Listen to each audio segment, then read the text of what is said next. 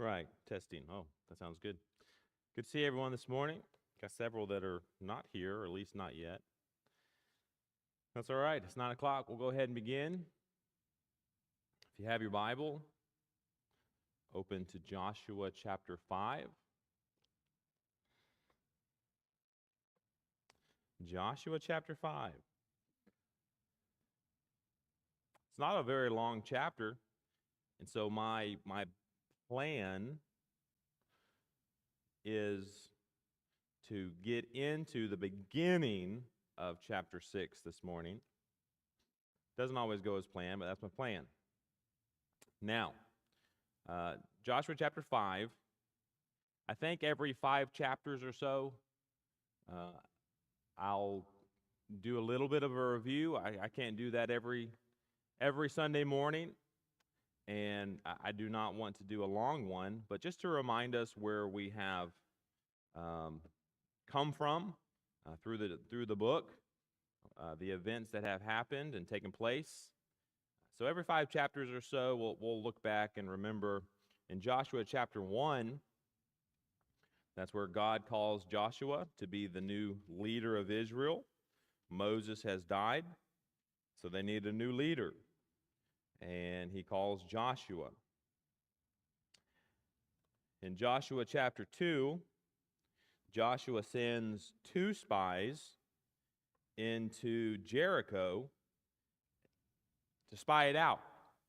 They're on the west side of the Jordan, and so once Israel crosses the Jordan to the west side, they will conquer Jericho. And perhaps that's one of the more well-known events in the book of Joshua. We learned that as children. If you grew up in the church, VBS, you reenact walking around the walls of Jericho. And so, but that'll happen in chapter 6. But in chapter 2, 2 spies are sent into Jericho to spy it out, and that's where they meet Rahab. And, Rahab and the Canaanites and those in Jericho, those that are in the land, they're pagans.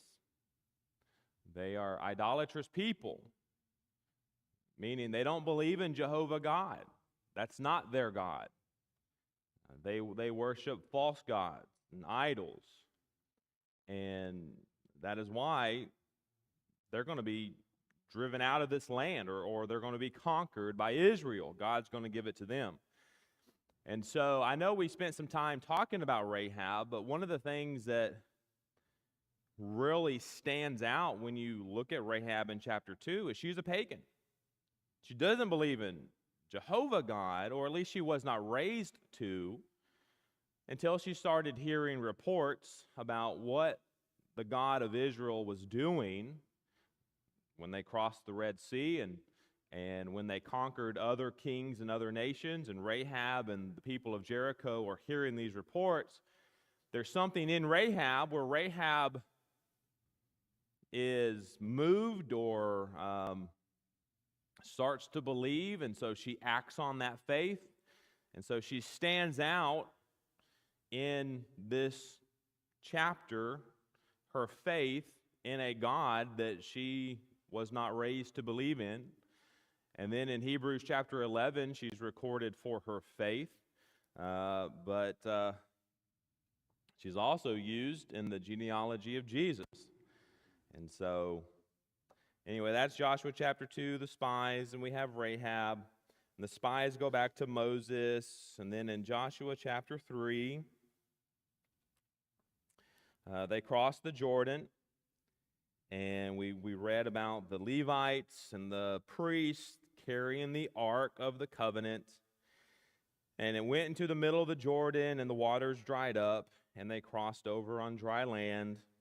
And that's Joshua chapter 3. And then Joshua chapter 4, last Sunday, we talked about the memorial. As they crossed over the Jordan, they took 12 men, 1 man from each tribe. They gathered stones, took a stone from out of the midst of the Jordan where the ark stood, and made a memorial in Gilgal. And that was a memorial for their children, so their descendants. When the children of the current Israelites see the memorial and they ask questions like children do, and they see the stones and they say, "What do these stones represent?" And God said, that is your opportunity to teach and to tell them that those stones are there when God dried up the land, or the river Jordan, and Israel crossed over.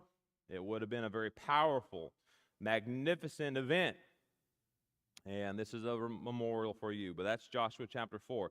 So that leads us into Joshua chapter 5. And there's not a whole lot that happens here. Event-wise, they're preparing to take Jericho, the city of Jericho, but they have to do something first. And that is, they have to be circumcised. This generation of men were not circumcised. The generation that came out of Egypt were, but the new generation that came out of the wilderness of wandering was not. And circumcision was a covenant between Israel and God. And so, for whatever reason, they were not circumcised in the wilderness. And so they will do that here in Joshua chapter 5. And then they will proceed, Joshua chapter 6, to go to Jericho. But I find it interesting. Let's begin Joshua chapter 1. Let's read the first verse, maybe the first two. I believe just the first verse. And then I want to connect it to very similar language in Joshua chapter 2 with Rahab.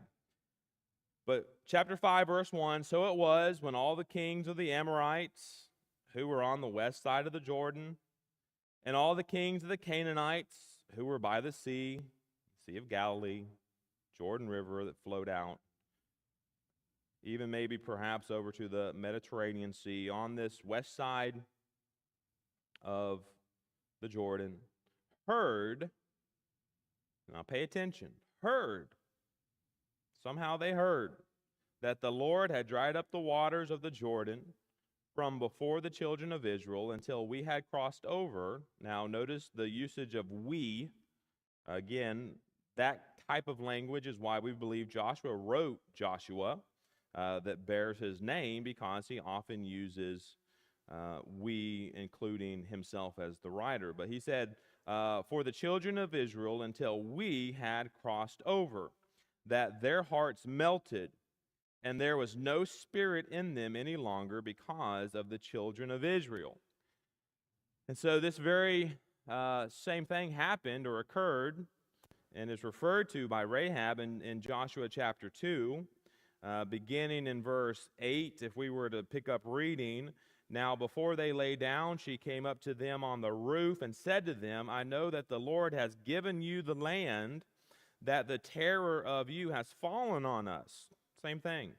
"And that all the inhabitants of the land are faint-hearted because of you, for we have heard how the Lord dried up the water of the Red Sea for you when you came out of Egypt, and what you did to the two kings of the Amorites." And so just notice that both times that Israel has crossed over a body of water, whether it was initially the Red Sea and now the Jordan, both times that happens, the event is so, the scale of it, I mean, it's such a grand event that the news of it spread throughout the land. And they are hearing what the God of Israel is doing. And so if you are a king of the Amorites, or you are a king of the Canaanites, or you are the king of Jericho, and you worship these false pagan gods who has never done anything like this for you, I mean, you've cried out to your gods, and you've cut yourself for your gods, and you've sacrificed to your gods, and you've done all this for your gods, and he's never done anything back because they don't exist.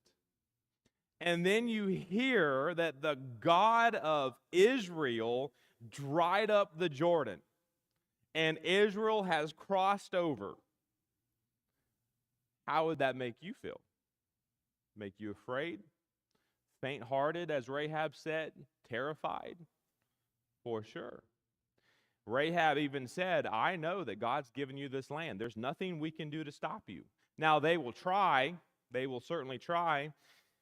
For just a moment, keep a ribbon there in Joshua 5. Flip over to Joshua 24. Joshua 24.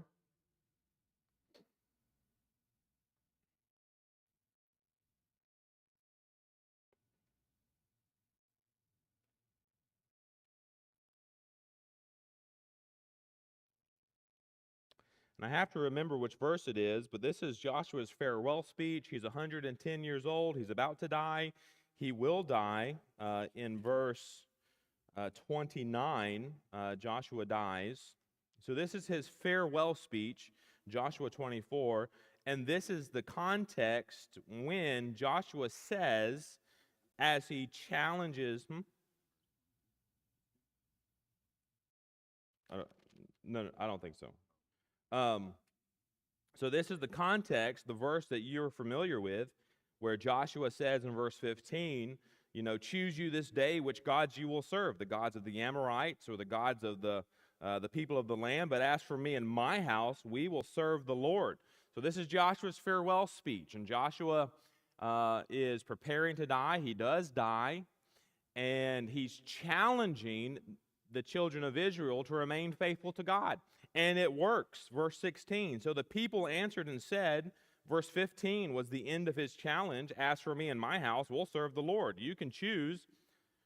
Verse 16. So the people answered and said, far be it from us that we should forsake the Lord to serve other gods. And then if you continue reading, basically Israel responds and says, we'll continue to remain faithful to God as well.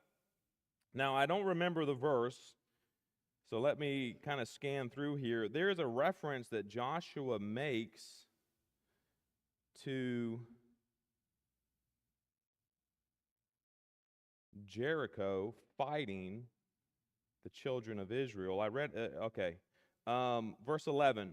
So I spoke at a men's retreat yesterday in Woodstock, and I spoke on Joshua, and I was reading this chapter and these verses yesterday, and that's kind of when it clicked in my mind. And so, all right, verse 11, this is Joshua 24. Then you went over the Jordan, and you came to Jericho. This is, again, Joshua to the people. And the men of Jericho fought against you.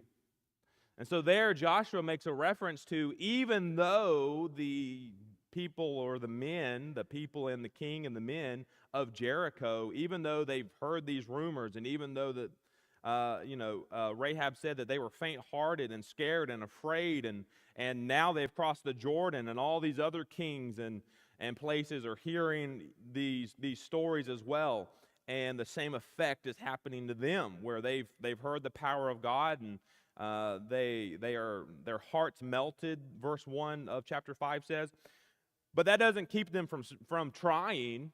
They still fought back. Joshua says, look, Jericho fought against us. Also the Amorites, also the Perizzites, the Canaanites, the Hittites, the Girgashites, the Hivites, and the Jebusites. But I delivered them into your hand. That's what God said. But there Joshua references, they fought against Israel, but God gave them the victory. Then we go back to Joshua chapter 5, verse 1, and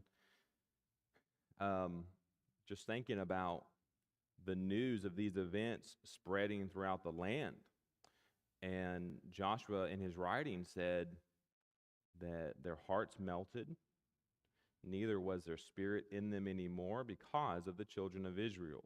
However, they still fought, and they lost. All right, let's pick up in verse 2. Continue reading. And at that time, the Lord said to Joshua, make flint knives for yourselves and circumcise the sons of Israel again the second time. So the first generation that was in Egypt, they were. This generation was not.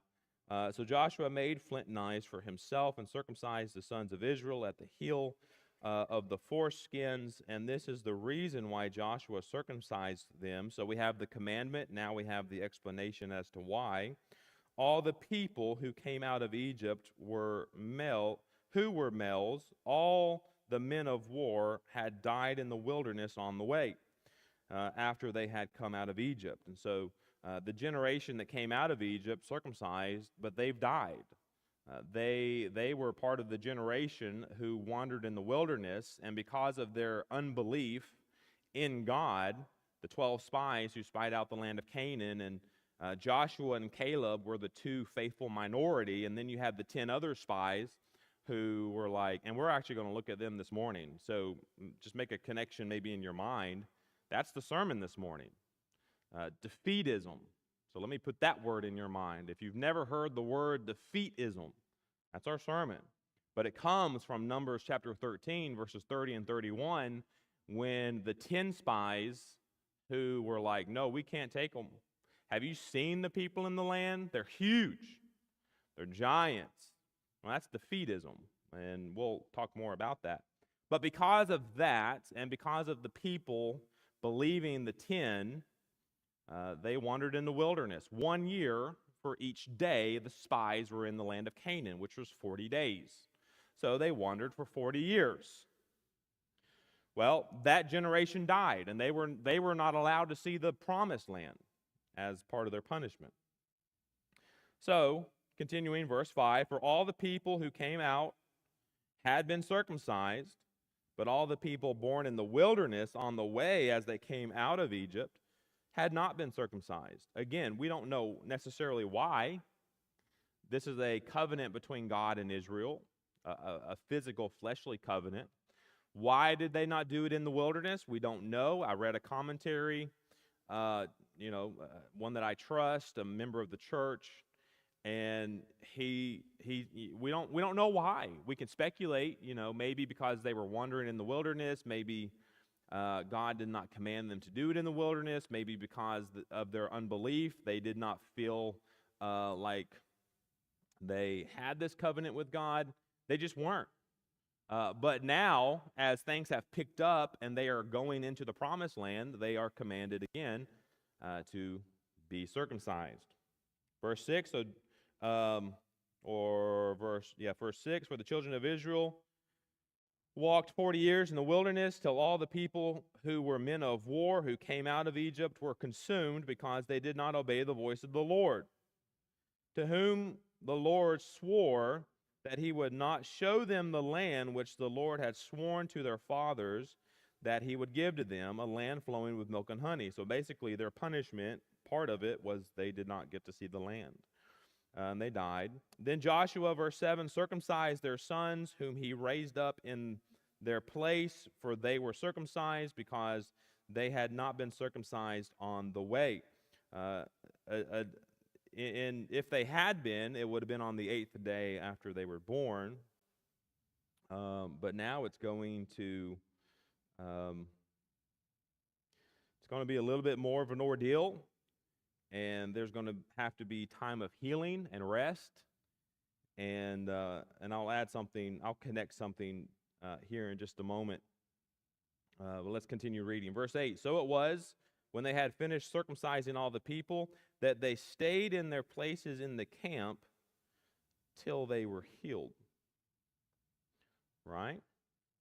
Do you remember, just as we think about this, so they were not able to fight, obviously, after this procedure. Can you recall another account in Scripture when men were circumcised as a trick, and then they were defeated because they were sore and weakened? Yeah. Yeah, Jacob's daughter Dinah was raped, and so his sons Simeon and Levi told the men of Shechem, Genesis chapter 34, tricked them into being circumcised. And when that happened, they were left vulnerable and weakened, and they came in and attacked and slaughtered every man of the city. And so then we go back to this text and think, well, they rested until they were healed and able to carry on and fight. Verse 9, then the Lord said to Joshua, this day I have rolled away the reproach of Egypt from you. Well, that's significant, This day, God says, I've rolled away the reproach. What happened in Egypt, and then you left, and I've been trying to give you this promised land, and then you did not believe me, or at least 10 of the spies did not believe me, and so you wandered as Israel, as a nation, you wandered for 40 years. But now they have an upward momentum. They've crossed the Jordan. They've made a memorial. God had the men circumcised, and so again, this is the fleshly sign of a covenant with God. So everything's kind of falling back into track as God had originally planned, and they're going to conquer the land and divide it and inherit it at last. And so God says here that the reproach of Egypt, I've rolled it away from you now. Therefore, the name of this place is called Gilgal to this day. And if I remember, let me see if I have it in my notes. Gilgal means rolling, as God rolled away the reproach of Egypt in that place. And so they named it Gilgal, meaning rolling. Verse 10, and then let's work our way to the end of the chapter again. Like I said, not a lot happens here. It's just Israel's command to be circumcised. They are, and then they head towards Jericho.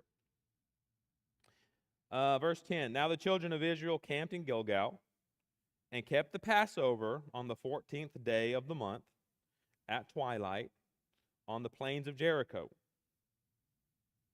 Now, something that you need to remember is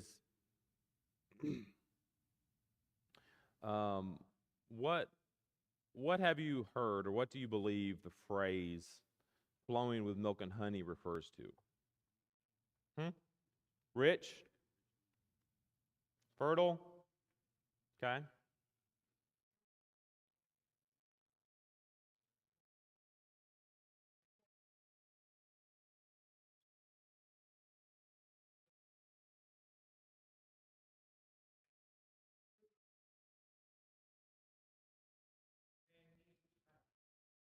Okay. Yeah. Yeah, I've always heard it referred to as, flowing with milk and honey, just an expression, or it's a way of saying that it's a rich, fertile land. In fact, when we talked about Joshua chapter 2 and the city of Jericho, we mentioned that the name Jericho means fragrant. And it was a very fertile area, and they grew a lot of flowers, especially like roses. And so perhaps Jericho, meaning fragrant, was due to an aroma of the flowers and roses that would have grown there as a very fertile, very rich land. And this is the land, it's a good land. And so what I'm trying to get at is they are now in that territory, and I believe we're going to see a reference, although a small one, to that fertile, rich land as they start eating from it. So they're going to observe the Passover. They're going to eat from the land. And then something else is going to happen. God is going to stop giving them manna. The manna is going to cease. And so God provided food for them while they were in the wilderness wandering. So God provided manna and quail. And so God fed them, perhaps because there wasn't enough food and sources of food in the wilderness. But now that they are in this land that is described as milk and honey, God's going to cut off the manna, and they're going to eat of the land. And I think that's a pretty cool something to see here as they're going into this land. So let's read about that. Now, verse 10, the children of Israel camped in Gilgal and kept the Passover on the 14th day of the month at twilight on the plains of Jericho. And they ate of the produce of the land on the day after the Passover, unleavened bread and parched grain. Anybody else's translation say something different? Corn. Did anybody's translation say corn? Unleavened cake. What about the parched grain? Parched corn? Okay. I knew some translations said corn on the very same day. Then the manna ceased on the day after they had eaten the produce of the land. They no longer need the manna. And the children of Israel no longer had manna, but they ate the food of the land of Canaan that year. I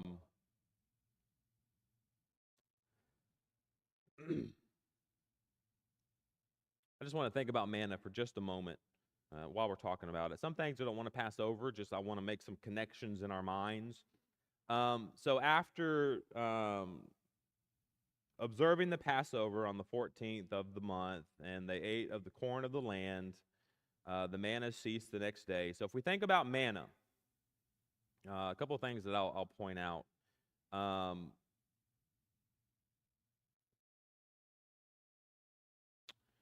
In Hebrews chapter 9 and verse 4, and in Exodus chapter 16 and verse 33, those are two references to manna being put where? Inside what? The Ark of the Covenant. So the Ark of the Covenant is still there with the people. It's what led them across the Jordan. And so they were to take a pot and put manna in it and put it in the Ark of the Covenant. Hebrews chapter 9 and verse 4. Turn over there just for a moment. Hebrews 9, which had the golden censer. Let me back up. Verse 2, for a tabernacle was prepared, the first part in which was the lampstand, the table, and the showbread, which is called the sanctuary, and behind the second veil, the part of the tabernacle, which is called the holiest of all, which had the golden censer of the ark of the covenant, overlaid on all sides with gold, in which were the golden pot that had manna, Aaron's rod that had budded, and the tablets of the covenant. And so this manna was in one way preserved, at least part of it, in the Ark of the Covenant. And then when that took place is Exodus 16 and verse 33. In fact, let's turn over to Exodus just for a moment. We've got some time. Exodus 16.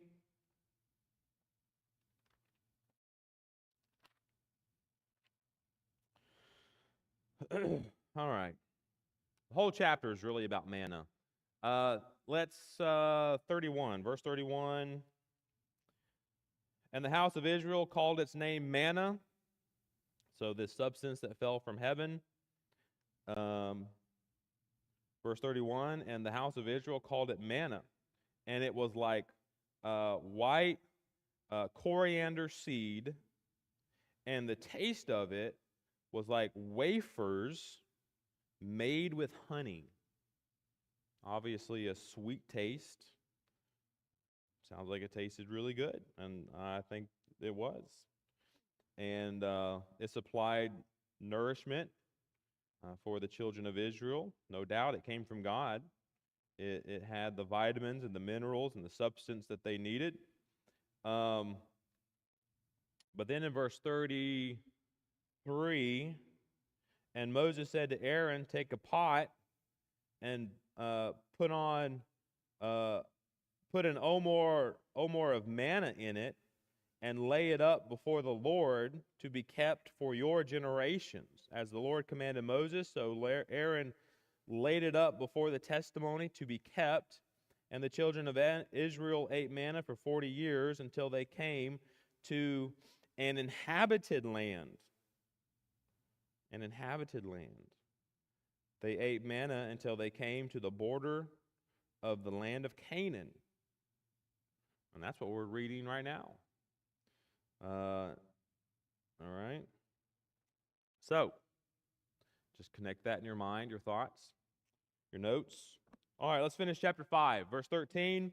And it came to pass when Joshua was by Jericho that he lifted up his eyes and looked, and behold, a man stood opposite him with his sword drawn in his hand. And Joshua went to him and said to him, "Are you for us or for our adversaries?"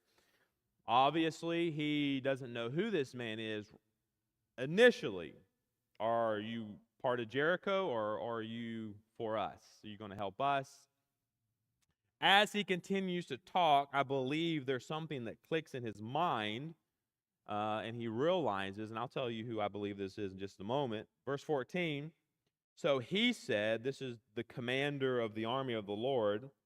So he said, "No, but as commander of the army of the Lord, I have now come." So something, obviously, in the response. Now, Joshua knows who this is. He fell on his face to the earth and worshiped and said to him, "What does my Lord say to his servant?" Then the commander of the Lord's army said to Joshua, "Take your sandal off your foot, for the place where you stand is holy." And Joshua did so. I believe this is Jesus. I believe this is Jesus in human form. I believe that there are at least a handful of occasions when Jesus made an appearance. Now, we know him as Jesus post his birth. If we were to read Matthew chapter 2, that's where God and the angel of God said, "You shall have a son, and you shall name him Jesus," because Jesus means salvation, or God is salvation. It's the same name as Joshua, Hoshua. It's the same name. One's in Hebrew, one's in Greek. It's the same name, though. So he was named Jesus after he was born. And we refer to him as Jesus the Christ because there were other Jesuses in that day. It was a common name. He's Jesus the Christ. So that identifies him as being the Christ and not just a common everyday man. So Jesus the Christ. But before that, he is referred to as the Word, or at least John says so in John chapter 1. In the beginning was the Word, and the Word was with God, and the Word was God. And he describes that everything was made through and by him. And so before he was named Jesus, he was still part of the Godhead. He was the Word. And again, I believe that there's at least two instances that come to my mind that Jesus appeared in the form of a man on earth in the Old Testament. On one occasion, he came to Abraham, as three men came to Abraham on their way to Sodom and Gomorrah. And three came to Abraham, and then two left Abraham. One departed from their presence, and then two continued on. I believe those two to be angels in human form, but the third man, from my studies, to be Jesus. But another occasion here. And I think we can see why, as he is referred to as the Lord, but also he is worshipped by Joshua. He is worshipped by Joshua. Now, some have made the argument that this is an angel. Well, I don't think that this could be an angel, because other times that an angel was worshipped, the angel is very quick to rebuke the person worshiping them. And so in Scripture, when we see an angel who is being worshipped, the angel says, "Do not worship me. I do not deserve your worship." Let me give you a couple of references from Revelation. Revelation 19:10. John said, "And I fell at his feet to worship him. And he said to me, 'See that you do not. I am a fellow servant, and of thy brethren that have the testimony of Jesus. Worship God. For the testimony of Jesus is the spirit of prophecy.'" Revelation 22:8 and following, "And I, John, saw these things and heard them, And when I heard and saw, I fell down and worshiped before the feet of the angel which showed me these things. Then he said to me, see that you do not, for I am a fellow servant. Same response, and of the brethren of the prophets and of them which keep the sayings of this book worship God. And so when we see an angel being worshiped, the angel is very quick to say, I don't deserve your worship. I'm an angel. I'm a fellow servant. Worship God. And along the same vein, or at least in the same vein, I believe that was the sin of Satan. You see these angels rebuking those who worshiped them, but Satan's sin was that he was lifted up and desired to be God. And he desired this worship, and he desired this praise, and he desired to be God. And he was lifted up with pride. And so he was cast out of heaven. But when we see a servant of the Lord, an angel being worshiped, they are very quick to say, don't worship me. I'm just a fellow servant. Worship God. So then we go back to Joshua chapter 5, and here's this commander of the army of the Lord, and he identifies himself, the army of the Lord, I have now come. Joshua falls down and worships him, and this being, this person, this man does not rebuke Joshua. Joshua refers to himself as this man's servant. So he says, what does my Lord say to his servant? And then when you turn back, or turn forward, you don't have to, I'll just make a reference. But in Joshua chapter 24, as Joshua dies, Joshua 24:29, now it came to pass after these things that Joshua the son of Nun, the servant of the Lord, died. That's what's said here. What does my Lord say to his servant? But then you also have a reference to holy ground. And so certainly only ground that God is standing on is holy. We see that with the burning bush, as God was in the presence of the burning bush, and God said to Moses, take off your sandals. This place is holy ground. We see that here with Joshua. So I believe this is Jesus standing here with Joshua. What you got? Okay.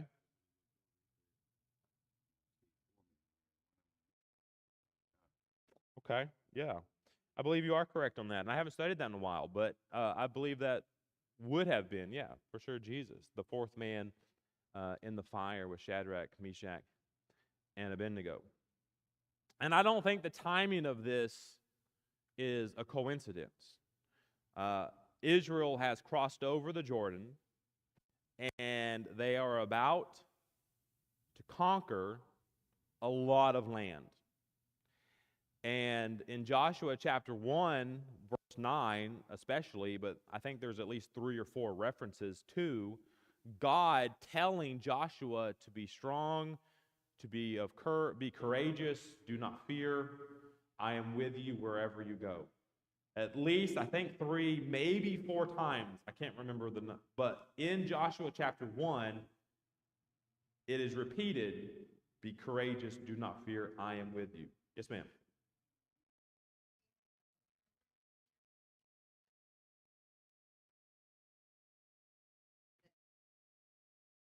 Mm. Okay. That was 1 Corinthians. What's the reference? Okay. She said that 1 Corinthians chapter 10 refers to Jesus as being the rock that led them through. Boy, sometimes I cannot talk and think of where a book is. All right. We got a couple of minutes.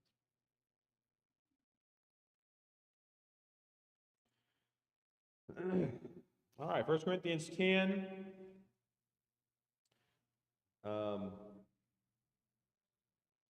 Verse 1. I see it there in verse 4. But verse 1, moreover, brethren, I do not want you to be unaware that all our fathers were under the cloud,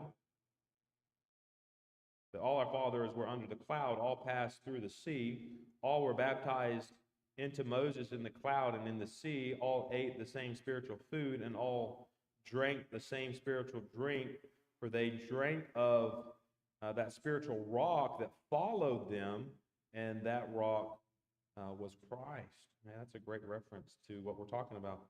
But with most of them, God was not well pleased, for their bodies were scattered in the wilderness. Probably a reference to them dying. Yeah. Yeah, I appreciate that reference.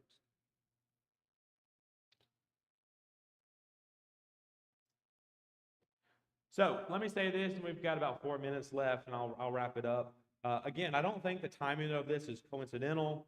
God has commanded Joshua to be courageous, and also all of Israel, all the men of valor who will fight.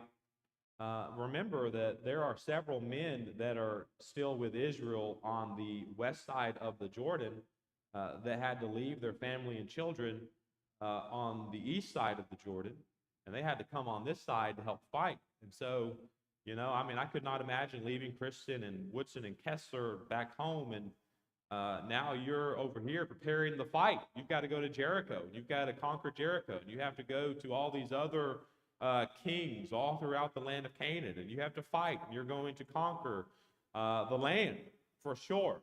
But anyway, going back to this timing, I believe that this is something that Joshua needed, to be in the presence of Jesus, God, as the commander of the army of the Lord, have this interaction to remind him, to encourage him, again, to be courageous for what he's about to do as they go and fight against Jericho in chapter 6. Now, I do have a little bit of time. I could dive into chapter 6 beginning, but we're not going to, because as soon as I read 2 verses, our time's up. I'm going to end there. I'm going to end a little bit early, and we'll talk about Joshua 6 next Sunday. Any questions, comments?